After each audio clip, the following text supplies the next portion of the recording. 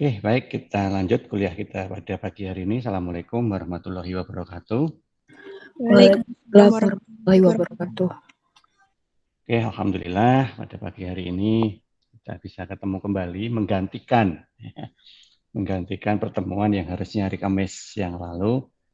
Insya Allah materi kita sesuai dengan RPKPS pada pertemuan hari ini membahas terkait dengan anggaran.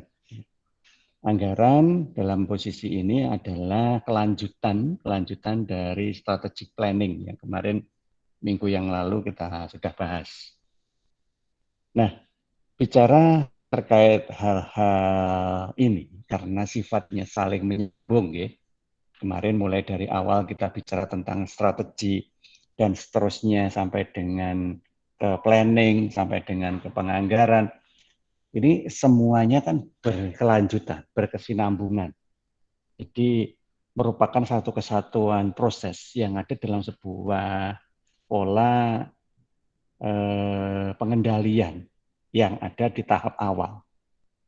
Jadi mohon karena saya menyampaikannya itu ya media kita masih Google Meet, kemudian materi yang saya sampaikan itu lebih banyak ke arah yang apa ya istilahnya ya pola, jadi struktur model, maka rentan sekali ketika misalkan terjadi perbedaan pemahaman dari kalian atau pemahaman yang kurang mengenal di kalian.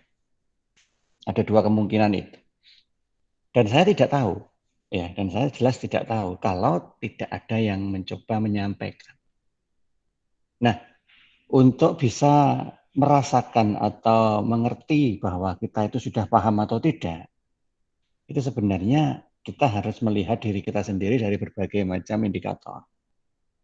Indikator yang pertama adalah mampukah kita nanti ketika harus membuat gambar, ya, gambar dari struktur proses pengendalian itu dari sisi strategik, dari sisi strateginya.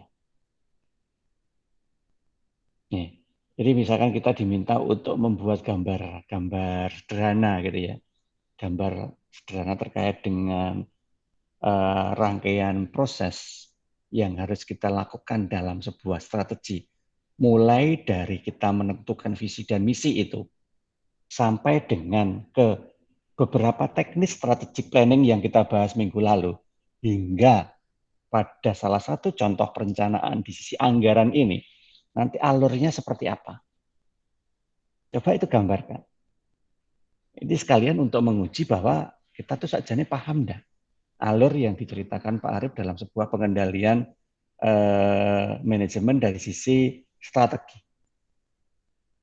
Nah, kalau itu belum paham, nanti coba kembali lagi memahami dari apa yang sudah saya sampaikan. Nah, kebetulan karena kita kuliahnya masih online, ada rekamannya, sehingga misalkan nanti kita mencoba memahami kembali dari apa yang sudah saya ceritakan, kapanpun bisa. Kemudian harus cross-check dengan materi yang saya sampaikan, ya, walaupun itu cuma PowerPoint.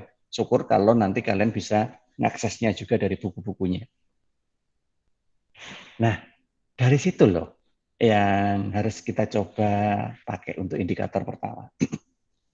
Indikator yang kedua itu bisa memahami apa yang yang bisa kita bayangkan di masing-masing posisi strategi itu. Ya sementara saya bilang bayangkan karena memang kalian belum menjadi pelaku, ya, belum menjadi praktisinya. Kecuali kalau kalian sudah ada di dalam sebuah organisasi minimal kalian sudah pernah melakukan walaupun itu tidak secara utuh. Parsial atau bagian-bagian dari proses yang pernah saya ceritain itu kalian pernah ngalami ya di organisasi apapun itu. Nah, setidaknya itu kalian bisa membayangkan, oh kejadian di situ itu seperti ini. Kalau konteksnya seperti ini harusnya bagaimana? Itu yang sederhana saja yang harus kita coba gunakan untuk flashback bahwa selama kita kuliah ini sebenarnya hasil yang kita terima itu sejauh mana. Karena sekali lagi dan akan disampaikan terus oleh Pak Arief, bahwa dasar untuk penentuan kita itu berhasil atau tidak itu bukan nilai. Nilai itu hanya simbol. Ya, nilai itu hanya dampak aja. Ya, untuk melihat bahwa kita itu berhasil atau tidak, ya seberapa banyak nilai tambah yang kita kuasai setelah kita selesai kuliah di sini. Nah, terkait SBM ya, terkait dengan materi-materinya, nah, seperti itu. Tapi ya monggo, itu semua saya kembalikan ke kalian. Idealnya, ini saya bicara dalam sudut pandang yang paling ideal, yang paling standar gitu ya, tidak berlebih. Ya seperti tadi. Ya, silahkan kalau kalian memang mau mencoba untuk mengukurnya, karena dengan mengukur itulah kalian akan tahu sejauh mana yang telah kalian peroleh, dan syukur kalau nanti bisa kalian bandingkan, kalian bisa cross check, kalian bisa compare dengan cost yang telah kalian keluar. Nah, ini cara kita untuk mengetahui bahwa kita itu berhasil atau tidak. Karena apa? Karena kita sudah menjelang akhir. Seolah ya beberapa minggu lah, kira-kira akhir Januari ya, nggak salah ya. Saya tadi belum cek juga sih jadwal. Kita ada UTS, DAWAS, UTS, DAWAS ya. Dan artinya bukan kok kemudian ya sudah kita selesai ya, ya secara teknis begitu. Tetapi dalam sisi yang lainnya ya, berarti kan kita harus mempunyai hal-hal yang memang siap kita gunakan untuk UAS itu. Nah, ini beberapa yang mungkin bisa kita gunakan untuk bahan eh, evaluasi diri kita sendiri. Ya, ya sebelum kita dievaluasi oleh mekanisme penilaian, ya cobalah kita evaluasi diri kita sendiri dalam cara seperti itu. Oke, monggo sebelum kita lanjut untuk materi penganggaran hari ini, ada yang mungkin mau ditanyakan, silakan.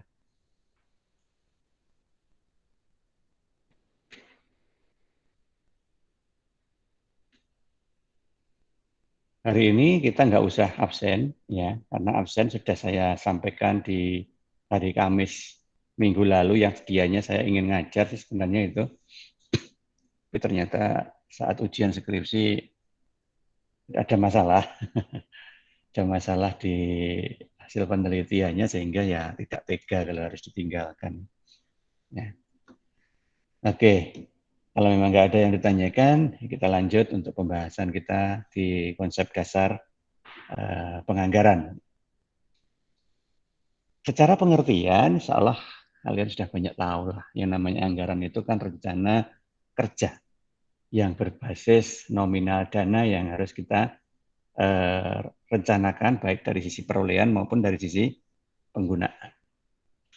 Ya, karena memang dasar dari anggaran itu kembali lagi ke tujuan awal atau sasaran yang akan kita capai saat kita nanti akan beraktivitas. Jadi bukan berarti kemudian penganggaran itu hanya sekedar menghabiskan uang ya, hanya sekedar untuk memastikan bahwa kita itu berproses. Nah, tidak. Berproses tetapi tidak punya tujuan, tidak ada sasaran ya percuma. Nanti uangnya habis, kita dapat capeknya tetapi kita nggak dapat hasil yang seharusnya. Nah, oleh karena itu menentukan anggaran itu bukan dimulai dari secara angka nominalnya, tetapi harus dimulai dulu dari tujuan organisasi kita itu mau mencapai apa. Nah, tentunya itu kembali ke awal sebelum kita menetapkan strategi tadi. Karena itulah saya bicara tadi bahwa ini adalah salah satu bagian juga. Nah, kemudian dari tujuan dan sasaran itulah nanti akan di breakdown menjadi sebuah program kerja. Ada sebuah rencana kegiatan di dalam program kerja itu yang terstruktur, baik yang kita lakukan secara rutinitas, yang terjadi secara berulang-ulang dalam setiap periode, maupun yang sifatnya untuk pengembangan diri. Ya.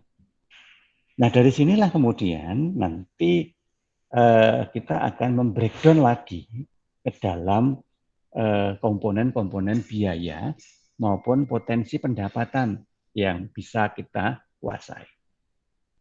Jadi seperti itu. Ya, prinsip dasarnya seperti itu. Nah, sehingga untuk melakukan hal-hal seperti itu jelas kita masih berada dalam konteks planning. Ya. Sekali lagi saya definisikan, planning itu apa? Planning itu adalah sebuah tindakan yang dibuat berdasarkan fakta. Yang pertama fakta dulu, baru kemudian didasari asumsi. Ya. Karena kita membuat sebuah forecasting. Nggak mungkin forecasting bisa terbentuk kalau nggak ada asumsi. Nah, kembalinya kepada tujuan awal, ya, atau sasaran dasarnya tadi, bahwa kita akan mencapai apa. Nah, oleh karena itulah nanti di dalam planning akan banyak hal yang bisa kita tetapkan. Ya, mulai dari tujuannya, aturan-aturannya, kemudian hal-hal yang memang tidak bisa berjalan dengan aturan akhirnya muncul kebijakan, kemudian supaya bisa berjalan nanti kita pakai metode apa, metode itu supaya tepat dan berhasil guna harus pakai strategi, strategi itu nanti harus ada ukurannya, yang mana ukurannya itu harus sesuai dengan standar mutu dari aktivitasnya itu, dan tentunya ada standar operasional prosedur atau SOP yang akan dijalankan, yang semuanya itu harus di backup oleh anggaran. Ya, jadi seperti itu prosesnya. Tolong itu diingat, karena itu rangkaian. Nah, karena rangkaian, maka yang memang harus benar-benar terjadi dalam sebuah mekanisme yang seperti itu. Nah, kita bicara anggaran itu hanya salah satu aja. Ya, salah satu dari planning. Di mana anggaran atau dalam bahasa aslinya namanya budget, ya, itu nanti akan berjalan dengan baik kalau kita menggunakan mekanisme yang tepat. Mekanisme anggaran yang tepat artinya adalah mekanisme proses penyusunan anggaran sesuai dengan apa yang direncanakan tadi, yang kita kenal dengan istilah penganggaran. Jadi budget itu adalah anggarannya, sedangkan budgeting adalah proses penyusunan dan penggunaan anggarannya. Ya, jadi pengertiannya seperti ini, nanti tolong dibaca sendiri ya, anggaran adalah itu. Nah, oleh karena itulah nanti anggaran itu merupakan sebuah alat. Jadi bukan berarti anggaran itu hanya sekedar hanya formalitas. Formalitas ketika nanti kita beraktivitas itu nggak pernah dilihat lagi. Oh, yang penting enak itu lah. Jadi gue ngerti duitnya piro terus engko apa ae kanggone. Ya bener, duitnya.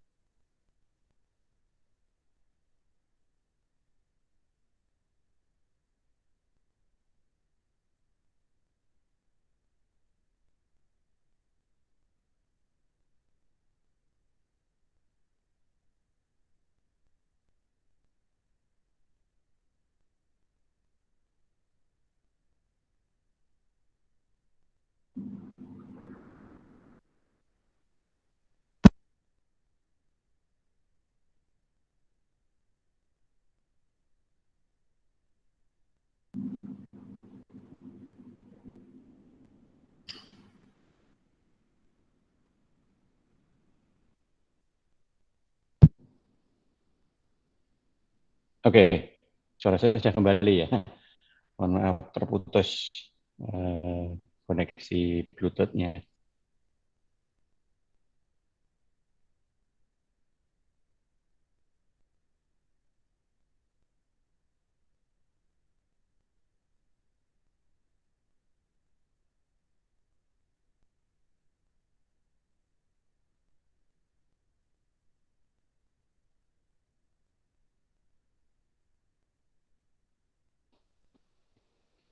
Oke, ya, mohon maaf terputus lagi tadi ya. Oke, kita kembali lagi ke mekanisme yang di anggaran tadi. Ketika kita bicara anggaran sebagai sebuah alat, ya, artinya memang rencana yang kita susun untuk melakukan aktivitas selama satu periode, ya, yang mana itu nanti harus kita susun dalam bentuk program kerja yang ada dananya, ada angka-angkanya. Itu harus sinkron dengan semua potensi pendapatan yang kita mampu kuasai. Makanya di dalam anggaran itu kan ada dua kelompok kan, ada kelompok anggaran pendapatan dan ada anggaran belanja. Anggaran pendapatan itu nanti kita mencoba mempotensikan semua potensi dana yang bisa kita ambil, kita bisa peroleh. Ya, terus di dalam anggaran belanja adalah beberapa potensi aktivitas yang bisa kita lakukan. Tetapi sekali lagi itu asumsi, itu potensi, ya. Sehingga bisa jadi nanti dalam sisi pendapatannya juga tidak akan sebesar yang kita rencanakan. Nah, oleh karena itu di dalam belanjanya itu harus membentuk sebuah skala prioritas. Sehingga nanti di dalam prosesnya, jika misalkan sampai anggarannya tadi tidak mencukupi untuk berproses, maka yang diutamakan adalah prioritas utama. Ya. Prioritas utama makanya ditaruh pada anggaran paling awal. Yang mana anggaran paling awal itu menjadi anggaran yang sifatnya adalah anggaran inti. Ya. Anggaran inti yang memang benar-benar harus dijalankan. Oleh karena itu harus bersumber dari potensi perolehan dana yang sifatnya pasti.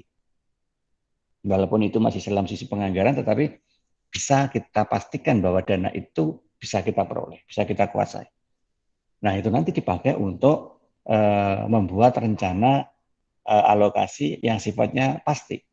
Pasti itu bisa mulai dari yang rutin, yang memang benar-benar harus kita keluarkan dananya, dan sesuatu yang memang sifatnya untuk memberikan memberikan sebuah tanda bahwa kita masih beraktivitas.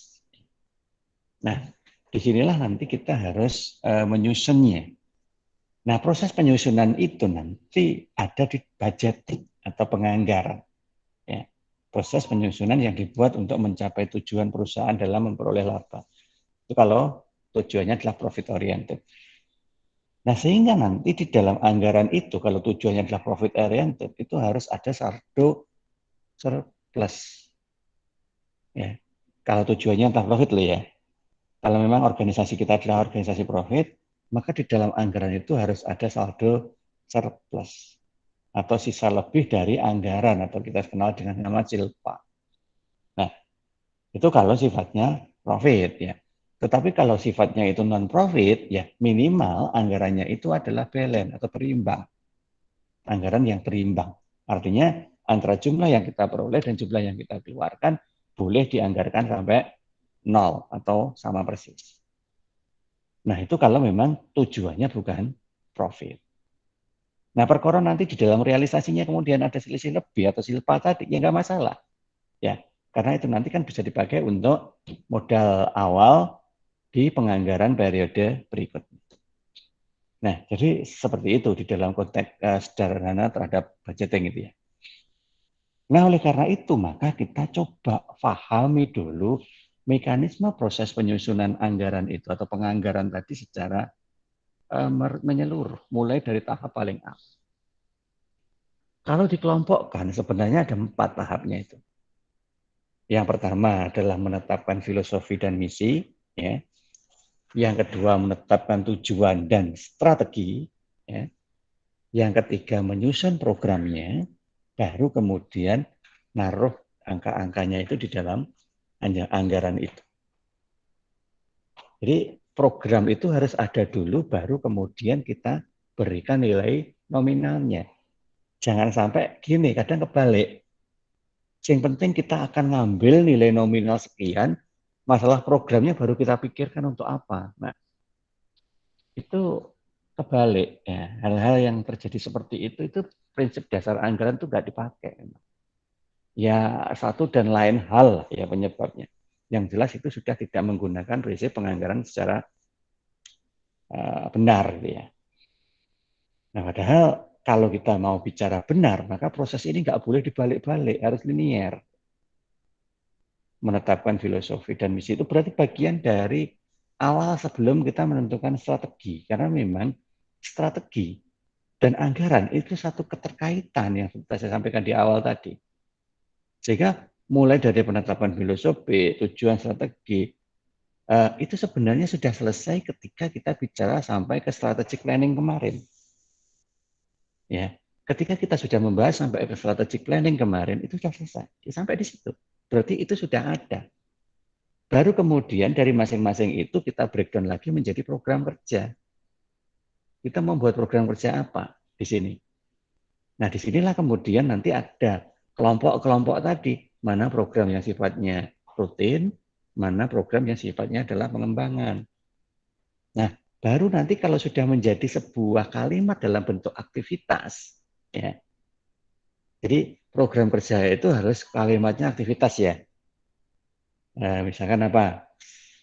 Katakanlah ini dalam sebuah unit produksi misalkan ya, dalam sebuah perusahaan. Program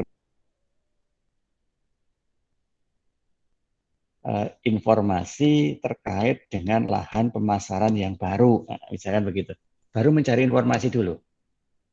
Nah, kemudian setelah mencari informasi, menindaklanjuti hasil informasi terkait dengan pengembangan program penjualan barang. Nah, tidak lanjuti. Seperti apa tidak lanjut. Nah, dari dua kelompok itu yang jelas masing-masing kan berbentuk aktivitas itu. Mencari informasi berarti kan aktivitas. Menindaklanjuti hasil pencarian informasi berarti kan juga aktivitas. Nah, karena sudah ada aktivitas, maka itu bisa masuk ke dalam program kerja. Yang mana nanti kita tetapkan berapa anggarannya. Nah, seperti itu. Ya. Nah, itu di tahap penyusunan program. Nah, kemudian dari penyusunan program, baru nanti kita berikan ketentuan. Berapa nilai anggarannya yang ada di situ. Nah, caranya gimana nanti kita bahas. Ya. Nah, sebelum ke sana, nanti kita harus pahami dulu. Ada beberapa syarat.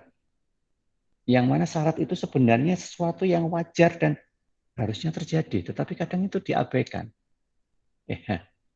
Yang pertama apa? Realistis. Jangan pernah membuat anggaran itu yang terlalu ambisius.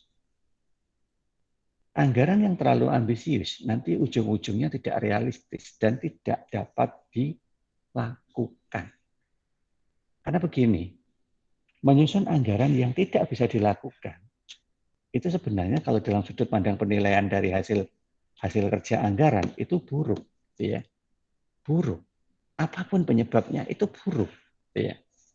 Oleh karena itu diusahakan membuat program kerja yang realistis. Realistis itu artinya selama satu periode anggaran ke depan kita mampu untuk menjalankannya walaupun belum sampai final. Nah, itu namanya realistis. Yang kedua luas. Artinya apa? Artinya ada fleksibilitas ketika harus terjadi perubahan. Ingat, anggaran itu bukan harga mati. Kadang kita sering berdebat terkait anggaran gara-gara kita tidak luas. Kita seringkali hanya berkaca pada programnya. Kamu mau melakukan yang namanya survei pasar. Neng anggaranmu lo gak enek survei pasar. Di anggaran itu adanya adalah perencanaan pengembangan daerah penjualan baru sama tindak lanjut dari pengembangan daerah baru. Sing bunyi survei pasar gak enek. Lah, orang-orang yang berbicara seperti itu biasanya orang-orang yang kaku, orang-orang yang saklek. Artinya nggak luas. Ketika kita memahami sebuah program kerja, itu tidak boleh secara definitif. Soalnya kalau secara definitif, nanti kalau definisinya beda, itu tidak kita akui kayak ini tadi kejadiannya. Oleh karena itu, kita harus melihatnya secara fleksibel. Kita tanya, survei pasar itu tujuannya untuk apa? Nah, kita mulai dari tujuan. Nanti pasti akan kena kalau sudah dimulai dari tujuan. Loh, katanya kemarin disuruh mengembangkan daerah baru untuk penjualan. Loh, kalau tidak disurvei, kita tahu dari mana kalau itu kita harus kembangkan di daerah mana-mana itu. Kalau begitu, survei pasar itu bagian dari program pengembangan daerah baru. Iya. Nah, kalau begitu kan ketemu toh. Tadi berapa anggarannya untuk pengembangan daerah baru? Oh, katakanlah 100 juta. Kamu survei pasar butuh dana berapa? Paling 5 juta deh. Ya udah, ambilkan 5 juta dari situ. Sehingga nanti masuk ke dalam mata anggaran pengembangan daerah penjualan baru tadi. Nah, ini yang disebut dengan nama luas. Ya, jangan sampai kaku. Gak enak nih tulisan nih. Nggak boleh begitu ya. Jadi kita harus kembalikan itu ke prinsipnya. Prinsipnya tadi mau ngapain? Kegiatanmu itu mau ngapain prinsipnya? Nah, secara prinsip itu masuk enggak ke dalam beberapa yang kita rencanakan? Nah, kalau misalkan gini ceritanya, saya mau survei, tetapi gini, saya ngajak orang satu bis, 45 orang. Nah, rencana yang saya mau kembangkan itu adalah daerah pantai. Ya, pantai Trenggalek misalnya, daerah Mutiara, pantai Trenggalek. Padahal produk kita itu adalah produk alat-alat kesehatan. Nah, misalkan begitu. Wong kita itu loh jualan produk-produk alat kesehatan. Kok ngejak uang sak bis isi 45 orang dibawa ke pantai di Trenggalek. Cek, kamu itu mau mengembangkan daerah baru atau motor? Jangan-jangan itu dipakai untuk kedok. Nah, jadi kalau memang itu tidak linear, tidak logis dengan prosesnya, ya sak luas-luasnya kita harus memberikan anggaran, ya tetap harus kita katakan tidak. Karena apa? Itu tidak linear dengan mekanisme pengembangan produk gitu loh. Produk alat-alat kesehatan kok mau dibawa ke pantai. Memang orang-orang di pantai itu lagi berpikir terkait dengan alat-alat kesehatan, Bobi? Ada. Kalau alat-alat keselamatan dalam bertahan hidup di laut, itu kira-kira malah masuk gitu. Sunblock itu malah masuk, tapi sunblock itu bukan bagian dari alat-alat kesehatan, itu alat kecantikan. Nah, jadi seperti itu ya. Luasnya itu luas dalam kategori kita memang memahami tujuan dan sasaran. Tapi kalau memang tidak mengena ke arah itu, ya sak luas-luasnya tetap tidak bisa. Kemudian yang ketiga adalah continue, artinya berkesinambungan. Jadi tidak hanya sekali itu tok gitu ya. Kalau misalkan besok memang mengajukan anggaran yang sama, selama itu memang berproses di posisi yang berbeda dengan apa yang dilakukan sebelumnya, ya monggo, silahkan. Berarti itu memang masuk dalam kategori anggaran itu. Nah, itu syaratnya ya. Nah, oleh karena itulah maka kita harus mampu juga untuk membedakan mana sesuatu yang memang itu masuk kategori anggaran dan mana yang itu masuk dalam kondisi ramalan atau prediksi. Kalau kita bicara anggaran, itu pada prinsipnya itu kita bicara tentang sesuatu yang memang akan kita lakukan. Tetapi kalau kita bicara terkait dengan ramalan, itu kita bicara terkait dengan beberapa fenomena. Fenomena itu belum tentu support dengan apa yang mau kita lakukan. Fenomena itu artinya baru menebak. Itu nanti masih ada berhubungannya dengan apa yang mau kita lakukan atau tidak. Sehingga di dalam fungsi ramalan itu sebenarnya kalaupun mau dilakukan, itu terjadi sebelum kita menyusun anggaran. Atau malahan mungkin tidak terlalu banyak relevansinya dengan anggaran. Karena nanti kita bisa membedakan dalam berbagai macam sudut pandang seperti yang ada di slide itu. Misalkan anggaran itu dinyatakan dalam ukuran uang. Sedangkan ramalan itu dalam ukuran uang juga bisa atau bukan uang juga bisa. Jadi masih belum pasti gitu ya. Ya, kalau anggaran itu sifatnya sudah mendekati pasti. Umumnya berjangka waktu 1 tahun kalau anggaran. Kalau ramalan nggak ada batasnya. Namanya orang meramal aja kok.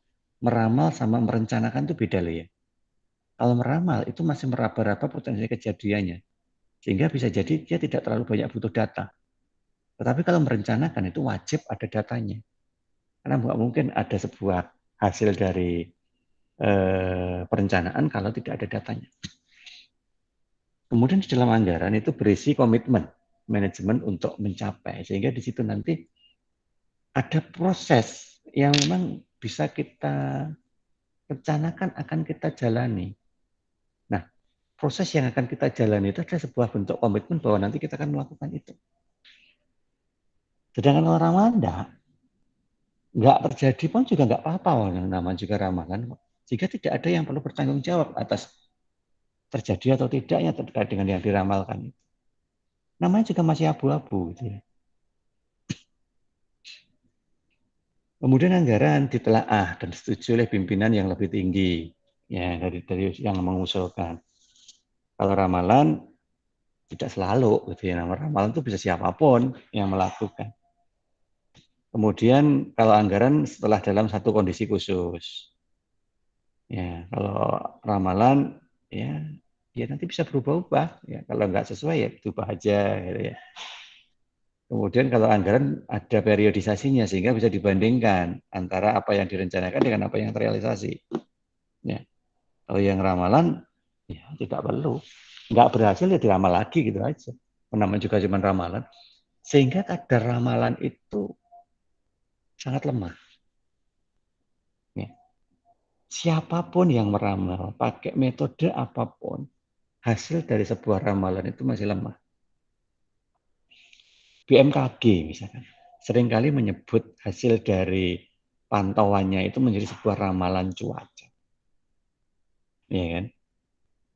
Pada ramalan cuaca itu sudah ada data-data yang akurat yang kemudian dipublish oleh BMKG terkait dengan apa yang akan terjadi selama katakanlah 1 hari ke depan. Ramalan cuaca. Nah, karena apa?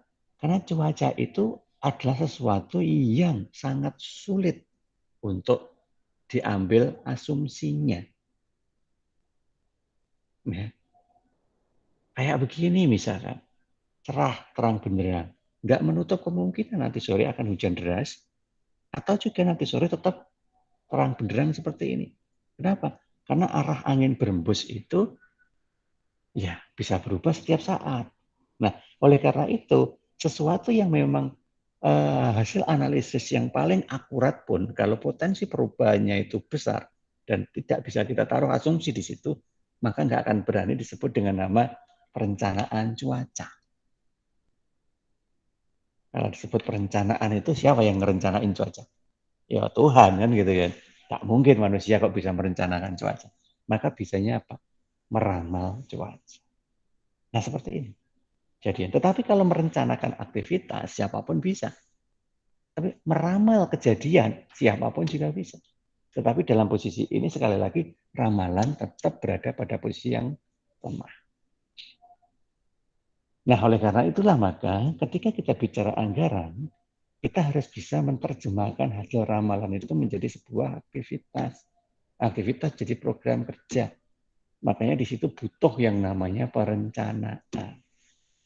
Oleh karena itu anggaran pasti masuk di fungsi planning. Tidak mungkin tidak. Setiap kali menyusun planning itu pasti di situ butuh perencanaan anggaran juga. Nah kemudian tindak lanjutnya kemana? Di dalam fungsi manajemen itu. Tindak lanjutnya itu di coordinating dan controlling. Ya. Actuating itu sudah tidak butuh lagi anggaran. Karena apa? Actuating itu sudah merealisasikan anggaran. Sehingga yang digunakan adalah uang yang sudah terrealisasi, bukan anggaran lagi. Nah, tetapi kemudian kembali lagi saat melakukan koordinasi, ya, pemantauan, review, maka di situ nanti kita akan mengcompare, membandingkan kembali antara apa yang dilakukan dengan apa yang direncanakan. Sehingga di dalam proses itu nanti kita mencoba mengeliminasi banyak aspek yang mungkin tidak perlu kita lakukan. Nah, itulah fungsi koordinator. Tapi dalam perjalanannya kan bisa aja nanti terjadi perubahan toh. Nah, maka di saat fungsi controlling itu berjalan nanti kita akan evaluasi ulang. Apakah yang kita koordinasikan kemarin itu benar-benar sesuai dengan planningnya atau ada beberapa kebijakan-kebijakan yang kemudian ada di perjalanannya. Nah, ini ya yang harus kita pahami. Oke, nanti silakan dibaca sendiri posisi masing-masing. Nah, kalau begitu, sekarang apa tujuannya?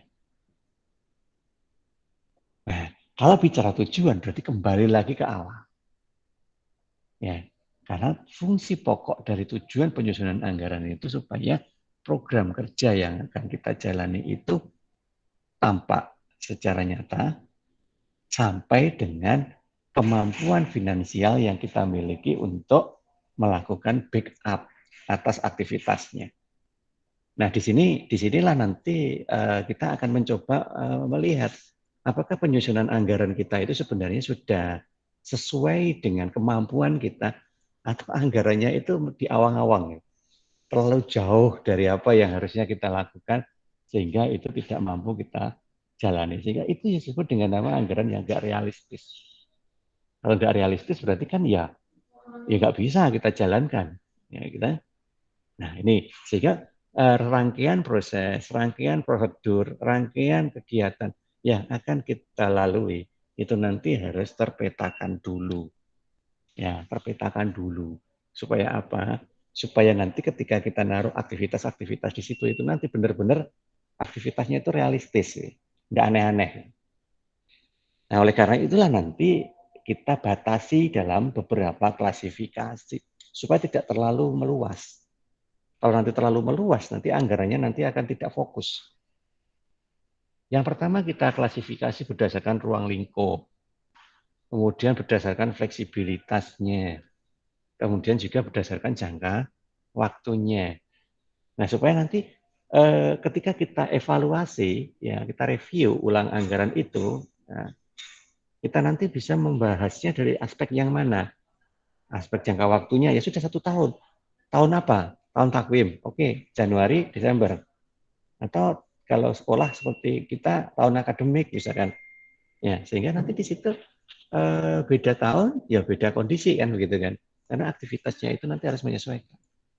Fleksibilitasnya seperti tadi, adakah potensi untuk saling membantu di dalam mata anggaran sejenis? Atau kaku, pokoknya dengan anggaran gak enak, ya gak iso jalan. Nah, karena nanti akan melihat ini apa sehat atau tidaknya organisasi yang menggunakan anggaran itu. Jika fleksibilitasnya itu ideal, berarti anggaran itu masih berada pada organisasi yang berjalan secara normal. Tapi kalau fleksibilitasnya itu terlalu ngawur, gitu ya, jadi nanti berarti orang itu sudah cenderung tidak lagi menggunakan anggaran untuk menentukan aktivitas program kerjanya. Karena fleksibilitasnya sudah tidak menggunakan dasar dari anggaran itu. Nah, jadi seperti itu. Kemudian juga di ruang lingkupnya. Di ruang lingkupnya itu bicara terkait dengan siapa yang berhak untuk menggunakan anggaran, menyetujui anggaran, dan menyusun anggaran. Jangan sampai itu terbalik-balik gitu ya. Ya. Atau dilakukan sendiri, disusun-susun dewe, disetujui-setujui dewe, dinggo-nggo dewe ya. Itu namanya ya boy, dan ngabai kabeh-kabeh dijalani. Nggak bisa. Jadi harus ada tupoksi per masing-masing bagian supaya ada independensi dalam proses. Kayak ngono caranya ya kacau gitu ya. Oke, nanti kita bisa temukan di sini ya. Kalau kita lihat dari ruang lingkup,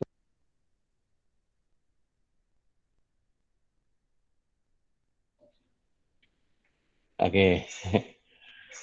Kalau kita lihat berdasarkan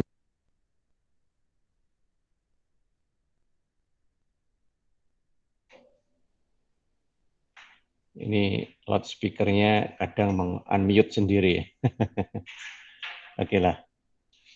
Oke, kita lanjut. Kalau kita lihat berdasarkan ruang lingkup, berarti anggarannya itu ada dua. Yang pertama disebut dengan nama anggaran komprehensif, dan yang kedua disebut dengan anggaran parsial. Ya. Kalau komprehensif itu apa? Komprehensif itu luas. Ya, kata dasarnya itu luas.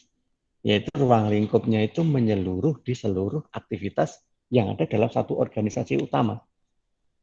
Kalau kita bicara perusahaan, misalkan, ya seluruh perusahaan itu jadi satu kesatuan. Divisi apapun, ya sudah bergabung dari satu di situ. Beda dengan yang parsial. Kalau parsial itu terbatas pada divisi-divisi tertentu. Ya, misalkan divisi produksi. Ya, divisi produksi punya anggaran sendiri. Pemasaran. Pemasaran punya anggaran sendiri. Ya, riset. Riset punya anggaran sendiri. Nah, itu kalau parsial. Nah, oleh karena itu kadang berdasarkan ruang lingkup ini nanti cara menyusunnya bisa bottom up atau top down. Ya, kalau bottom up itu begini, masing-masing divisi itu menyusun sendiri secara parsial. Kemudian dari anggaran parsial itu kita gabung menjadi satu kesatuan, menjadi satu anggaran komprehensif. Itu namanya adalah bottom up, ya, dari bawah ke atas. Tapi sebaliknya kalau top down, dari atas ke bawah, itu kita biasanya menyusun anggaran secara komprehensif dulu, baru kemudian kita distribusikan ke masing-masing bagian secara parsial.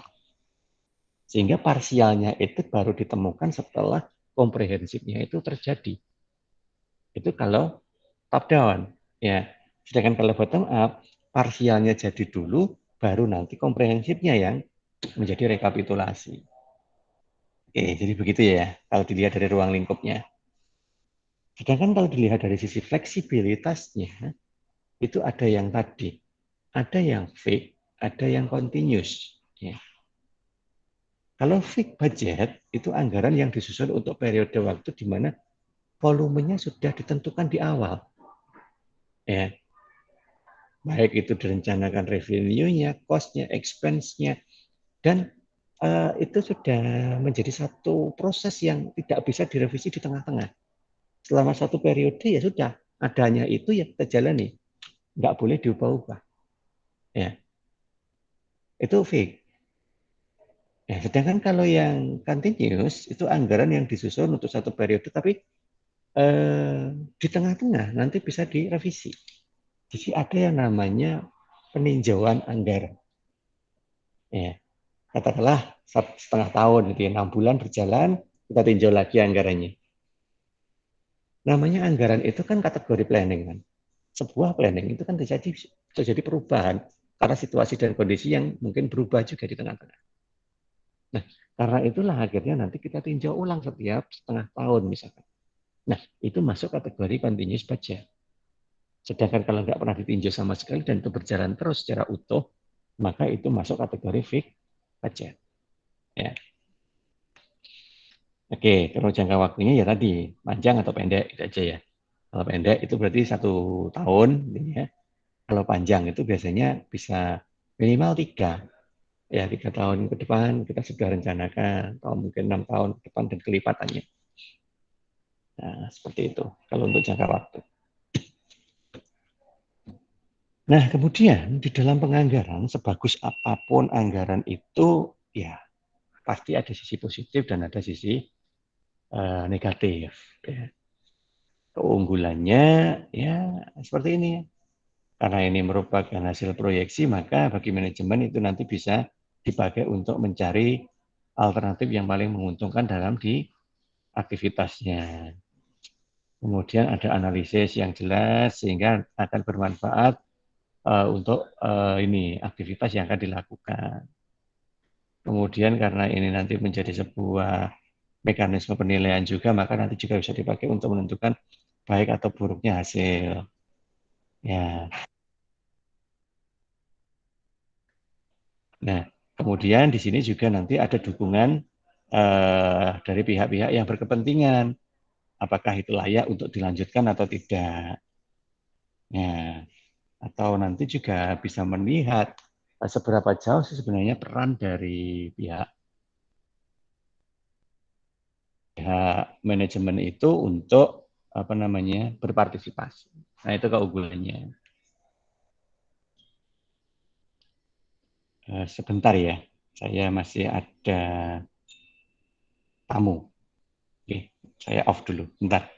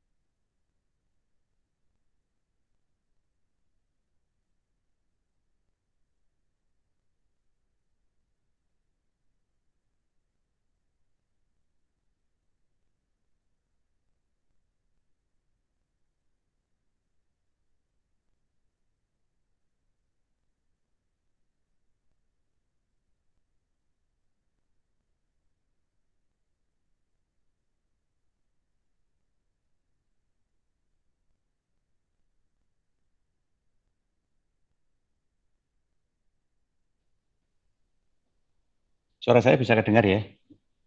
Oke. Nanti kalau ada yang tidak bisa mendengar suara saya, tolong ini ya, kabari ya. Karena kadang terputus sendiri Bluetooth-nya ini. Oke, kita lanjut lagi. Sisi kelemahannya sekarang ya. Tadi kan sisi keunggulannya ya. Yang pertama jelas, karena anggaran itu kan estimasi ya. Ya, jadi kita nggak boleh sepenuhnya mempercayai hasil estimasi. Artinya itu hanya perencanaan awal. Sehingga kita tidak boleh saklek. Ya adanya segitu kok. Nek anggarannya segitu ya kerjanya ya teko kono wae. Wis gak nutut anggaran ya seleren. Besok nek anggarannya ada. Jadi nggak boleh seperti itu. Sekali lagi, aktivitas itu yang menjadi orientasi utama. Kalau misalkan nanti anggarannya habis, tetapi aktivitas belum selesai, selama memang aktivitas itu merupakan kelanjutan dari proses, maka nanti ada fleksibilitas dalam eh, pengalokasian anggaran itu sendiri. Ya. Jadi jangan sampai berpikir bahwa apa yang kita rencanakan itu pasti hanya seperti itu yang boleh dilakukan. Itu nanti tidak terlalu baik nanti hasilnya. Nah, kedua, karena ini sifatnya rencana, ya hasil itu ya tergantung dari aktivitas yang kita lakukan. Kadang kita aktivitas iya, tetapi tidak real gitu, tidak sungguh-sungguh gitu ya. Sehingga ya yang terjadi ya setengah-setengah hasilnya seperti ini. Nah itu jangan terjadi. Ya, jadi harus dilakukan dengan sungguh-sungguh. Kemudian yang ketiga kelemahannya ya sifatnya ini alat bantu loh ya. Alat bantu itu bukan pengganti. Jadi manajer itu fungsi utamanya tetap harus jalan, bukan berarti yuk, kamu sudah merencanakan, ya lakukan aja seperti apa yang kamu rencanakan, saya tak tinggal nyawang. Nggak boleh, ya, nggak bisa begitu. Manajer tetap dalam kendali.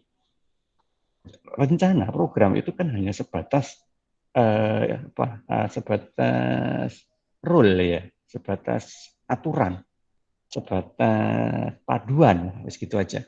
Panduan atas apa yang akan kita lakukan. Jadi bukan harga mati benar-benar yang harus kita selesaikan, tidak. Jadi prinsip dasarnya itu tetap dalam kendali dan koordinasi dengan pimpinan. Kemudian kondisi yang terjadi tidak selalu 100% sama persis dengan apa yang kita rencanakan. Ya. Oleh karena itu maka kita harus punya fleksibilitas yang luas tadi. Fleksibilitas yang luas itu adalah perubahan yang masih mengikuti koridor, bukan perubahan searpe dewi. Nah, walaupun mungkin aja itu terjadi sebagai bentuk kelemahan dari anggaran sebenarnya, tapi itu tidak boleh dilakukan.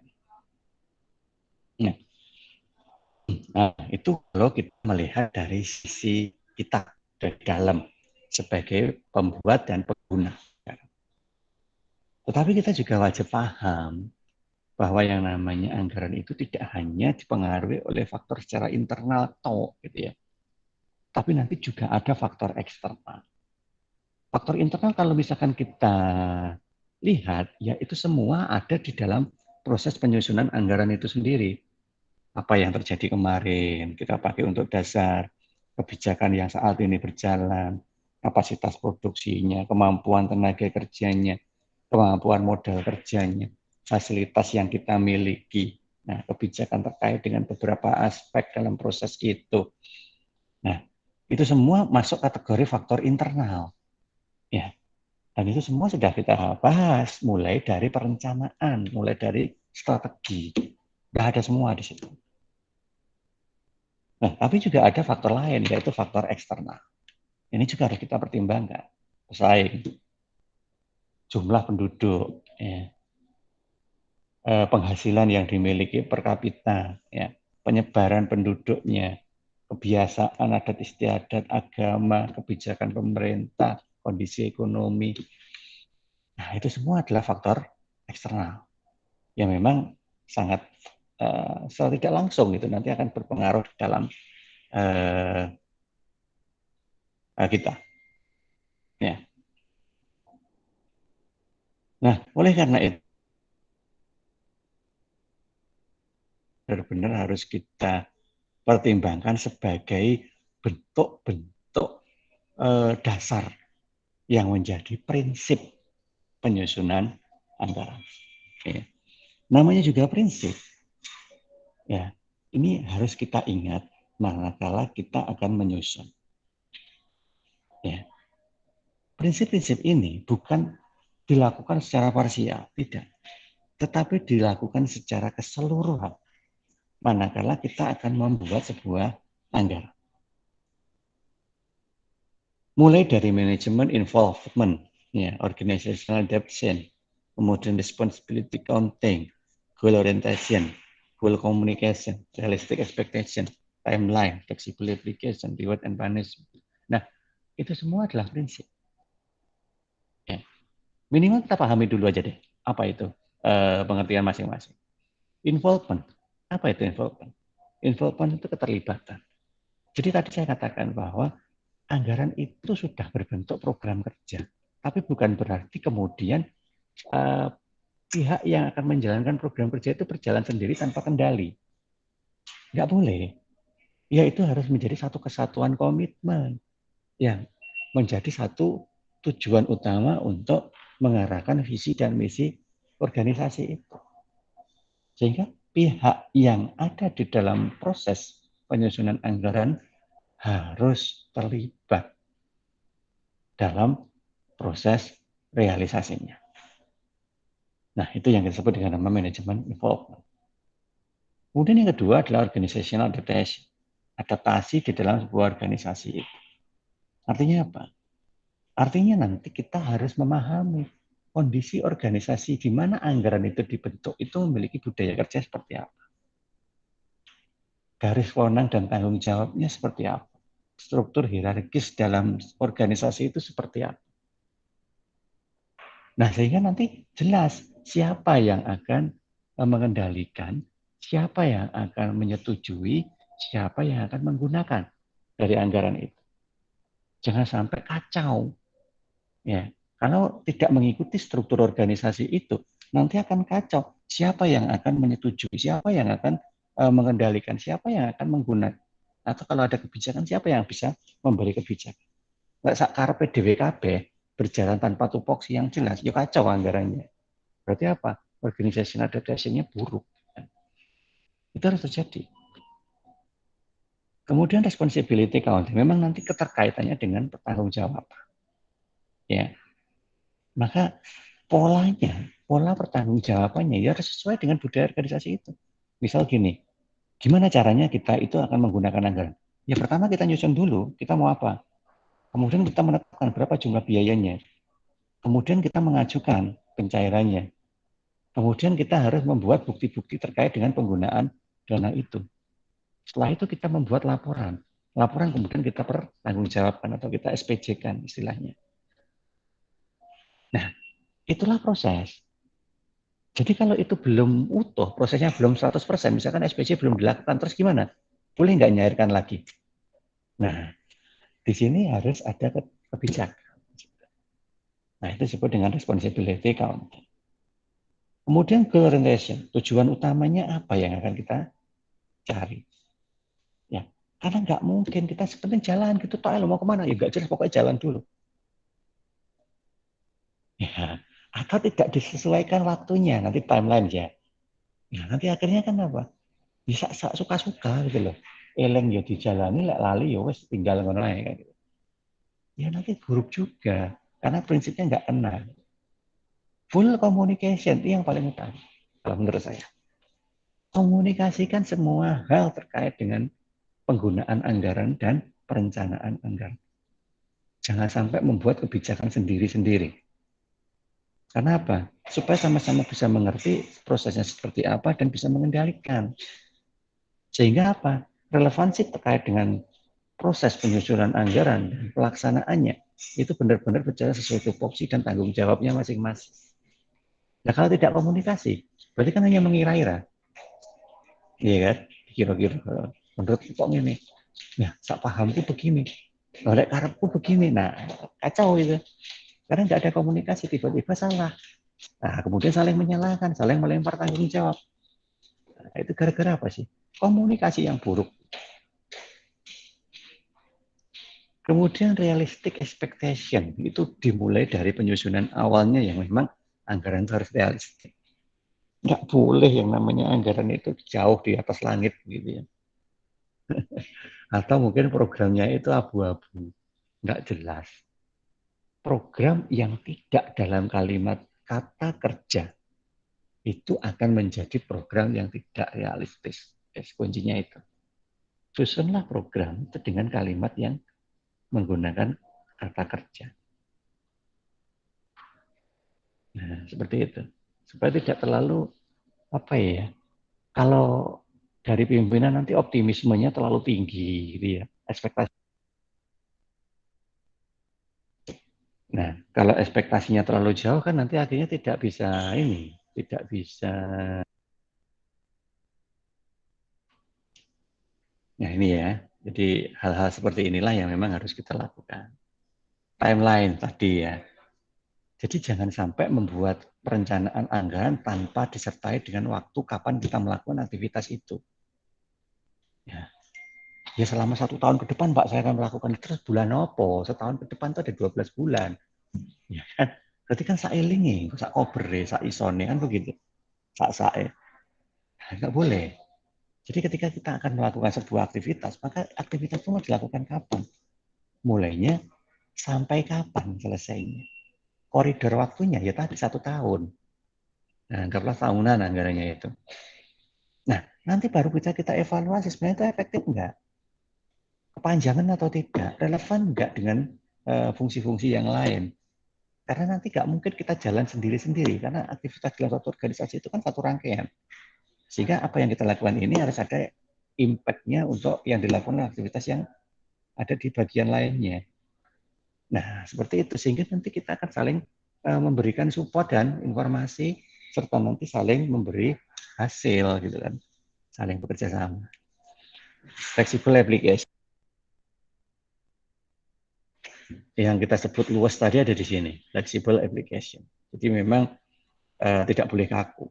Ada beberapa hal yang nanti bisa dipakai untuk perubahan. Minimal adalah perubahan nilai yang ada di dalam proses aktivitas.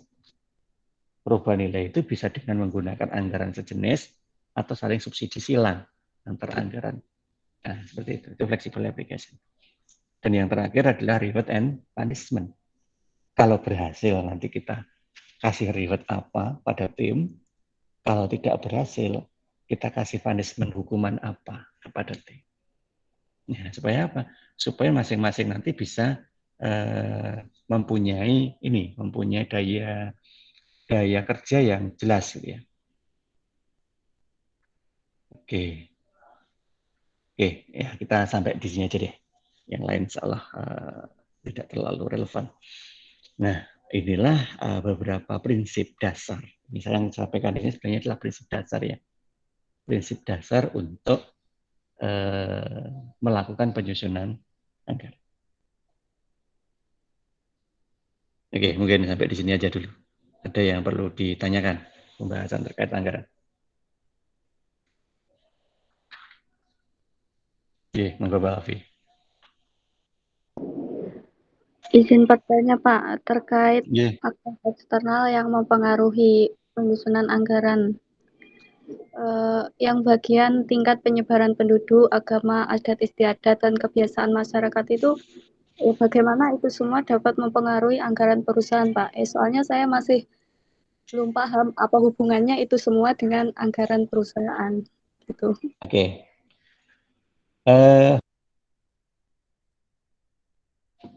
Memang tidak bisa berhubungan secara langsung.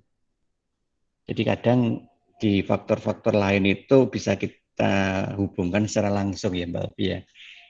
Tapi kalau yang ini itu ada yang berhubungan secara langsung dan ada yang tidak. Kalau kita bicara agama, adat istiadat, kebiasaan masyarakat, itu terkait dengan fungsi masyarakat itu atau fungsi penduduk itu sebagai apa pada organisasi kita dalam organisasi yang membuat anggaran itu.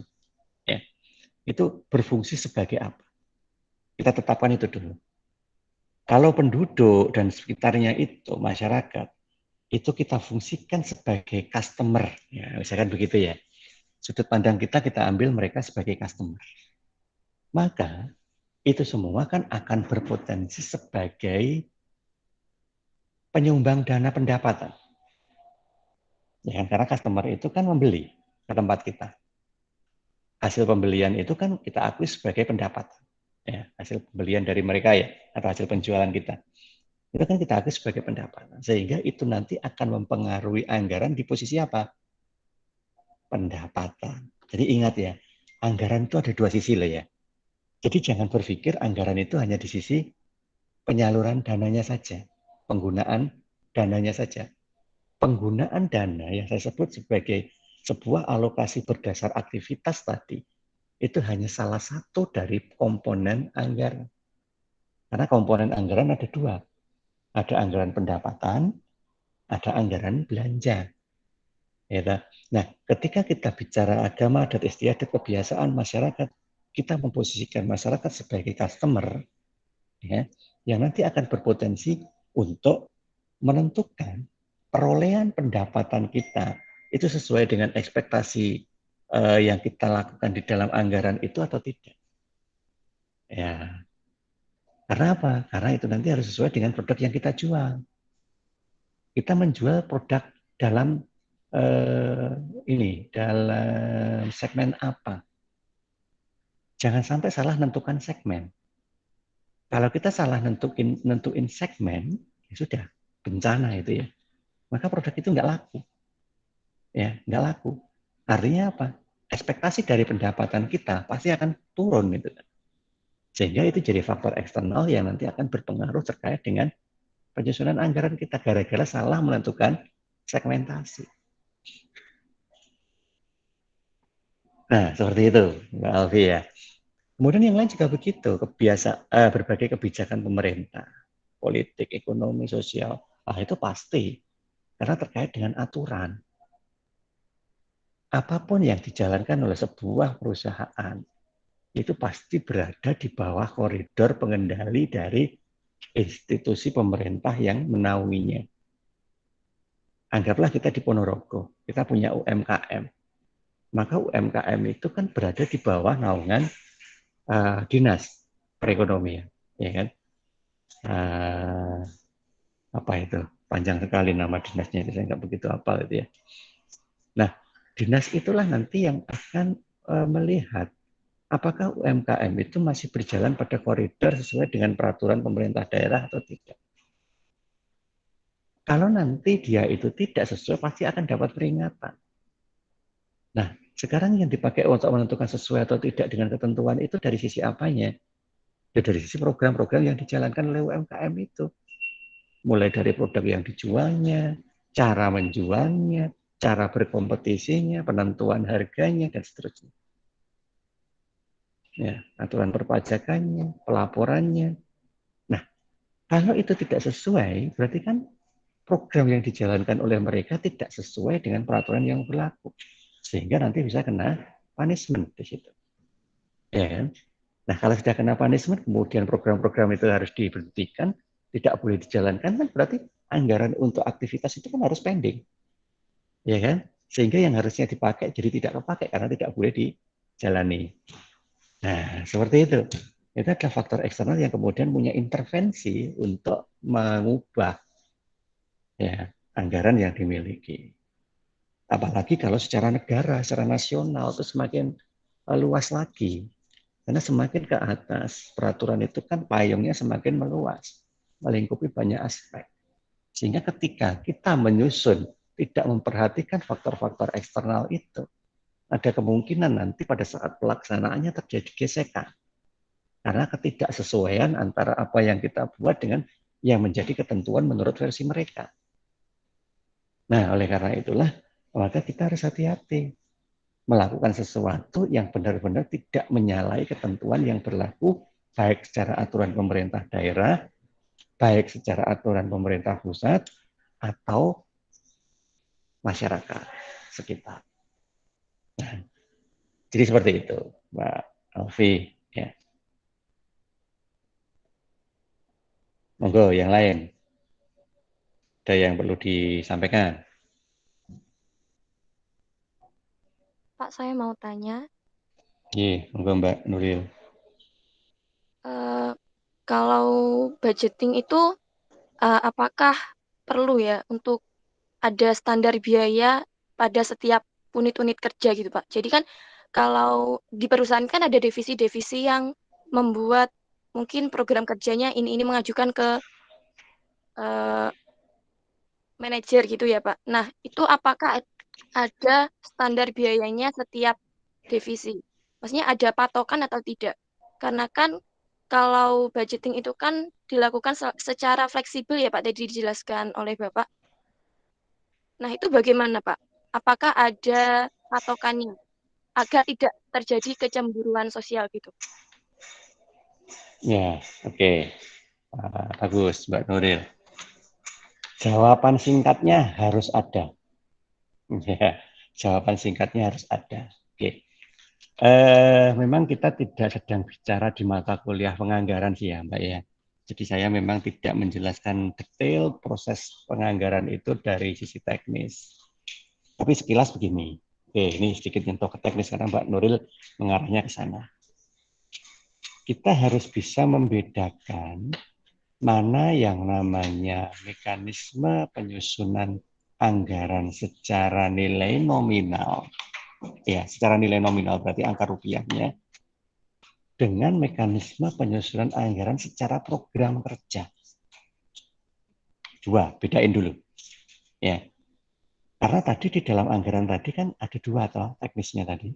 Program kerjanya apa, terus rupiahnya berapa. Tetapi keduanya itu memiliki koridor yang berbeda dalam pelaksanaannya. Kalau kita kembali ke fleksibel budget tadi, yang boleh melakukan fleksibel budget itu bukan dari sisi angkanya. Angka itu nanti dulu. Angka itu belakangan. Fleksibel budget itu ada di program kerjanya. Seperti yang saya contohkan tadi.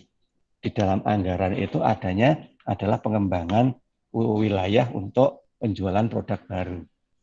Tetapi program kerjanya di sini adalah survei terkait dengan penjualan produk. Nah, yang saya sebut fleksibel itu di sini. Di dalam komponen program kerja awal itu tidak ada kalimat survei. Tidak ada. Ya. Nah, tetapi ternyata survei itu tujuannya adalah mencoba memetakan seperti apa mekanisme penjualan di daerah tersebut ketika kita mau menjual produk baru. Sehingga menjadi satu rangkaian dalam sebuah pengembangan penjualan produk. Nah, di situ berarti fleksibilitasnya itu ada di program. Perkara kemudian angkanya menyesuaikan itu nanti dulu. Yang penting fleksibilitasnya itu harus terjadi. Nggak boleh saklek di situ. Nah, kemudian kalau misalkan kita akan mengajukan anggarannya, kita mau survei. Terus saya ngajukan berapa survei itu? Kan survei itu kan terdiri dari banyak komponen. Satu, misalkan akomodasi, transportnya, makannya, atau kalau perlu menginapnya nanti hotelnya itu kelas harga berapa, ya kan? Itu akomodasi. Belum lagi nanti kemudian kita membuat laporannya, menggali data. Proses penggalian data itu ada biayanya enggak? Oh ada.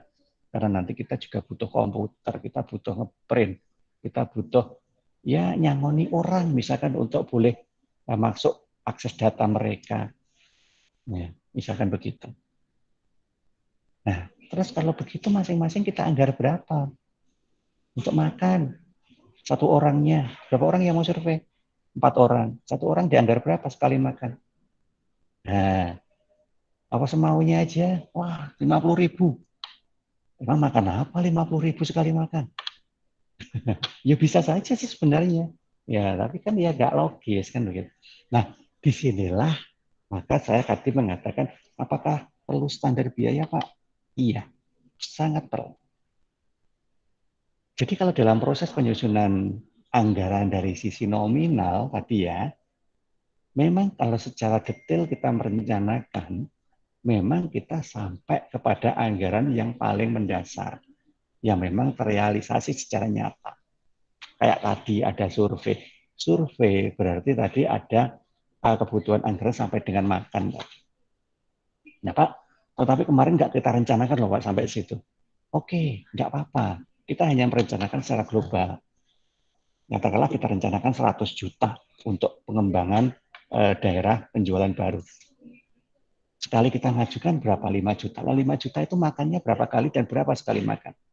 Nah, disinilah kemudian kita menyusun yang namanya standar biaya umum. Ya, umumnya segitu disebut dengan SBU ya. Secara rata-rata orang menyebutnya begitu, standar biaya umum. Nah, di standar biaya itulah nanti ditentukan beberapa komponen terkait dengan penggunaan secara nyata. Contoh hanya secara makan itu tak aja. Makan itu nanti perlu kita samakan enggak antar jabatan yang mungkin berbeda. Misalkan dia manajer, kemudian asisten manajer, kemudian staf. Makannya staf sama makannya manajer itu beda enggak? Nah, itu perlu kita sepakati lagi untuk menyusun standar biayanya lagi. Kenapa Pak Wong perginya bareng loh, masuk makannya dewe-dewe, jadi samakan lah sama driver. Masuk drivernya kan makan dewe, kamu di warungnya. Aku terkenal rumah makan terus tuh ketinggalan di warung. Etiskah secara personal? Ada. Ya kalau makannya itu mungkin beda meja, is okay. Ya untuk privasi misalnya. Tetapi kalau yang dimakan apa kok beda, no itu kan juga nggak logis gitu kan. Nah kalau begitu disamakan. Nah kalau disamakan terus berapa sekali makan? Nah nanti ternyata dikategorikan berdasarkan wilayah, misalkan dipecah lagi.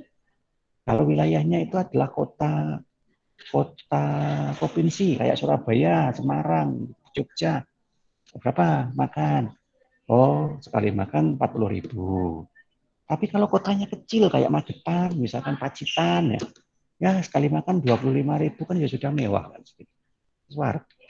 Nah, misal seperti itu. Dan itu dijadikan sebuah standar tertulis yang disepakati bersama. Sehingga siapapun nanti yang mengajukan, nominalnya nggak perlu ngira-ngira lagi. Tetapi harus mengikuti standar biaya itu. Ya, nanti begitu. Sehingga ketika nanti bagian peng-ACC anggaran yang menyetujui atau tidaknya nanti bisa koreksi. Oh ini kepacitan, mosok makannya 40.000. 40.000 itu loh padahal makan di Surabaya. Nah, kepacitan mau nginep. Padahal rumahnya itu Ponorogo. Ngapain? Itu langsung pulang bisa, nggak perlu nginep. Nah, kecuali ke Surabaya. Surabaya juga bisa langsung pulang, tapi ternyata ada jadwal yang harus dilakukan selama beberapa hari sehingga harus nginep. Nah, kemudian nginepnya beda enggak antara staf sama manajer? Nah, misalkan begitu. Ya jelas beda Pak, kalau manajernya cowok, stafnya cewek ya beda. Iya jelas, kalau itu beda kamar. Tapi maksudnya nilai per kamarnya beda enggak? Dibedakan juga logis, enggak dibedakan juga enggak masalah, tergantung dari kesepakatan. Nah, seperti itu ya. Oke, itu panjang sebenarnya kalau kita mau diskusi Mbak Nurul. Cuman ini sebenarnya ada di mata kuliah penganggaran. Ya, nggak apa-apa lah. Sekilas kita bahas itu. Oke, enggak ada lagi mungkin yang ditanyakan. Atau ada yang belum saya jawab. Baik, Pak. Terima kasih atas penjelasannya. Oke. Ada yang lain? Lain pertanyaan sama orang atau lain orang sama pertanyaan? Oke, monggo silakan. Ada 14 yang hadir di sini. 15 pos saya. Yang tanya Mbak Nuril sama Mbak Alfi. Yang lain monggo silakan. Semoga tidak tidur ya. Pagi-pagi tidur. Ya.